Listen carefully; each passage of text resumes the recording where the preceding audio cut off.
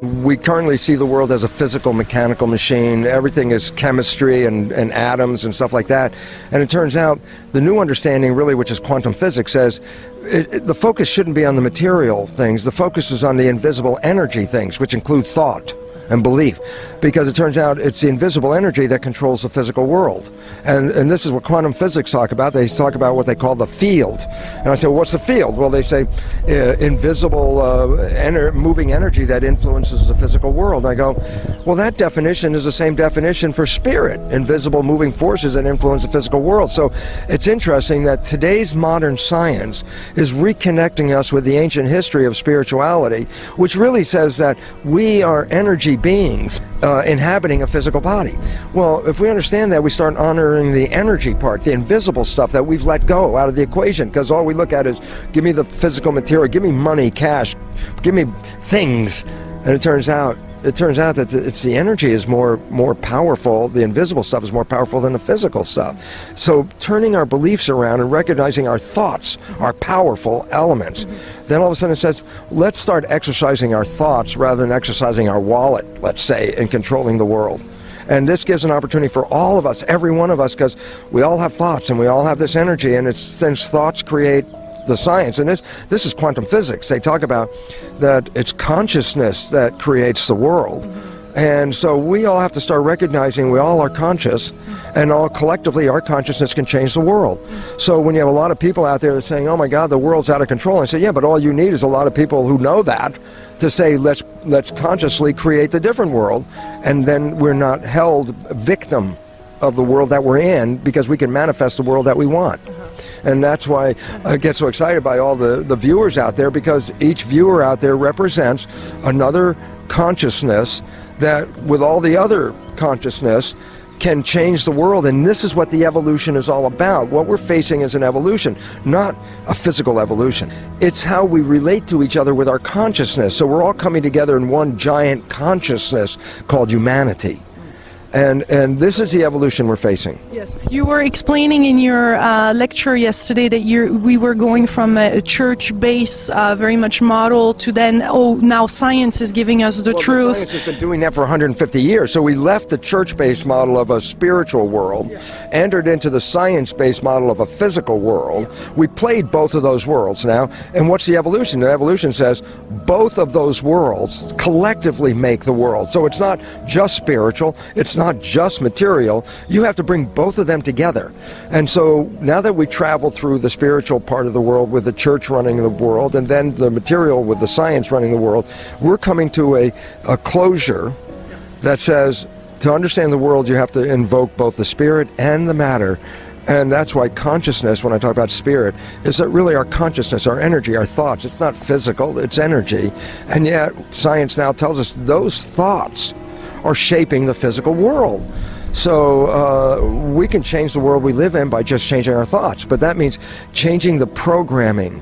Which is in the subconscious. You're saying that 95% of things that happen in our life are coming from the subconscious. Now, and that's the part that people have to wake up to, because a lot of people think, oh, look, my desire is to be successful, have a great relationship, have a great job. I want all these things, and now I go out in the world, and it's like, I'm not getting there. I'm not making it. And it's like, and they get frustrated, and they say, well, it's not me, because my intention is to be successful, and I'm not being successful, so it must be the world is against me. And then all of a sudden I'm a victim of, like, well, this is not the world I wanted. And it turns out, no, it's not the world your conscious mind wanted, but it's the world your subconscious mind has been programmed to create. And the word subconscious by definition means below consciousness. So you are creating without being conscious that you are creating this. And this becomes a problem, because it turns out it's not the outside world that's keeping us from succeeding. It's the invisible inside world that we've been programmed with through culture and family to have lost our power. And that's the biggest thing about this propagation of the belief system. This is not new, you know. It's very interesting. The Jesuits, 500 years the Jesuits of the church, they would boast. They would say, give me a child until it's 6 or 7, and it will belong to the church for the rest of its life. What they knew is what we're talking about in the new biology. The first 6 years of your life is programming. programming from other people, not your programming, parents, family, community. You as a child are in a hypnotic state for 6 years. Your brain is functioning in a hypnotic state, meaning the first 6 years is download, download, download. And the problem with the download is we're not conscious during that part, which means whatever was downloaded, you didn't filter it with your belief system. You didn't have a belief system. Whatever you heard, saw, or experienced in the first 6 years is a recording, just like this is a tape recording, boom, down in your subconscious mind. And then we find that 95% of our life is actually from the subconscious mind, with only 5% from the conscious. And you say, what's the difference? Conscious mind is you, your spirit, who you are, your wishes, your desires, what you want out of life. Conscious mind. I say, well, you want to be successful. Great. You want a great job. Great. That's all conscious. I say, but you're only using that mind 5% of the time. You're living your life 95% of the time with the programs that you got from other people. So the truth is, you are living other people's lives invisibly, because it's called subconscious, meaning you don't see it. And so when you're creating these behaviors, you yourself don't even know you're doing it. And if your behaviors are not supporting you, then you sabotage yourself without even you knowing you're doing it. And that's where the victim comes in. It's like, oh my God, I want to be successful and I'm not. The world's against me, I'm a victim. It turns out, no, you were programmed not to succeed. And you're engaging the program without you seeing it. So we were sabotaging ourselves without ourselves knowing it. That's why the new biology, I want people to wake up. That's the wonderful thing, because those people out there that have fallen in love, and if you could go back in your mind just for, I want you to go back to that point where you fell in love. I call it the honeymoon period, where you did this. And I asked you a couple of questions. I say, when you were back in that love state, head over heels in love, were you healthy? And it turns out almost everybody says, yes, I exorbitantly healthy. Everything was great. I said, did you have energy? Oh, we had tremendous energy to be active day and night in this love period, in the honeymoon. I go, yeah. And then when I say, how about, was life so much fun that you couldn't wait for the next day to have more of this experience? And the answer was yes, because it was so great. And I go, well, think about it. You created health. You created energy. You created a world that was so beautiful for you when you were in love that you couldn't wait for the next day to have more of this world. And what it turns out is, well, how did our world, which could have been a crazy world before you met this person, then you meet this person, and then the next thing you're in this great honeymoon experience, okay? And then your world today is heaven on earth. Yesterday was hell. Today's heaven on earth because you fell in love.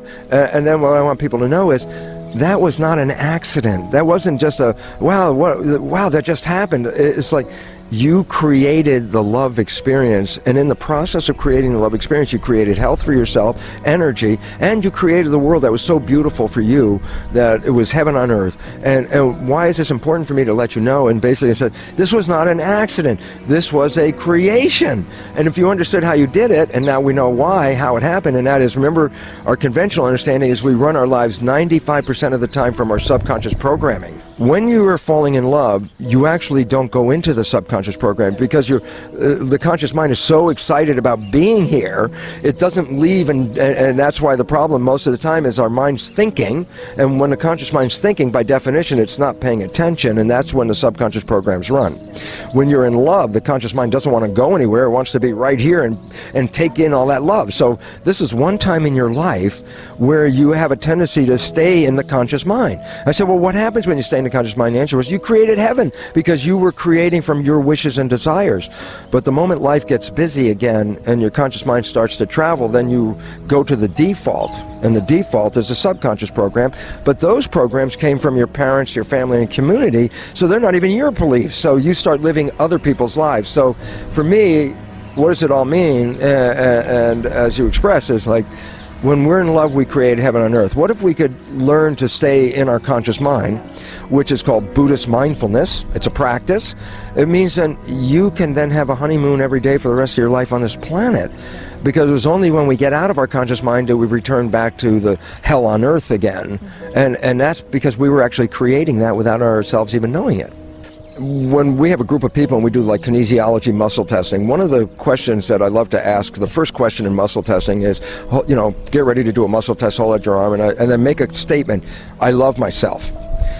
The most surprising thing is, I think up to 80% of the audience will not test positive for that belief.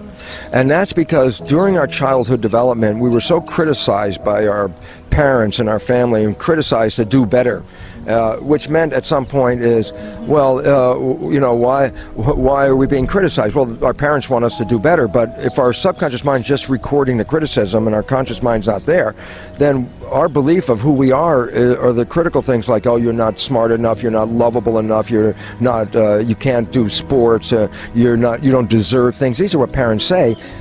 When we put that down in our subconscious, that becomes our belief system, our subconscious, and since we run our lives 95% of the time from that, that's why when you check, do I love myself, and the answer comes out, well, what kind of childhood language did you hear from your parents? And the issue is that's why 80% of the people cannot test well for loving themselves, because their subconscious never got the program from the parents, oh, you're the most wonderful, loving child, and you can do anything, and we support you in everything and all that. If you didn't get that, then you got criticism. And if that criticism went in the subconscious mind, then that was recorded and you become the criticism. All of us, we should test that as just, do I love myself? And why is this an issue? If you can't love yourself, then how are you going to find somebody to love you? Because the first thing your psychology would say was, I can't love myself, and this person says they love me. Why would they love me? And I don't even love myself, so they obviously are not a good judge of love, because if they're loving me and I don't love me, then we don't agree on that. And people sabotage themselves because of these subconscious beliefs. So to fall in love, the first thing is you got to love yourself.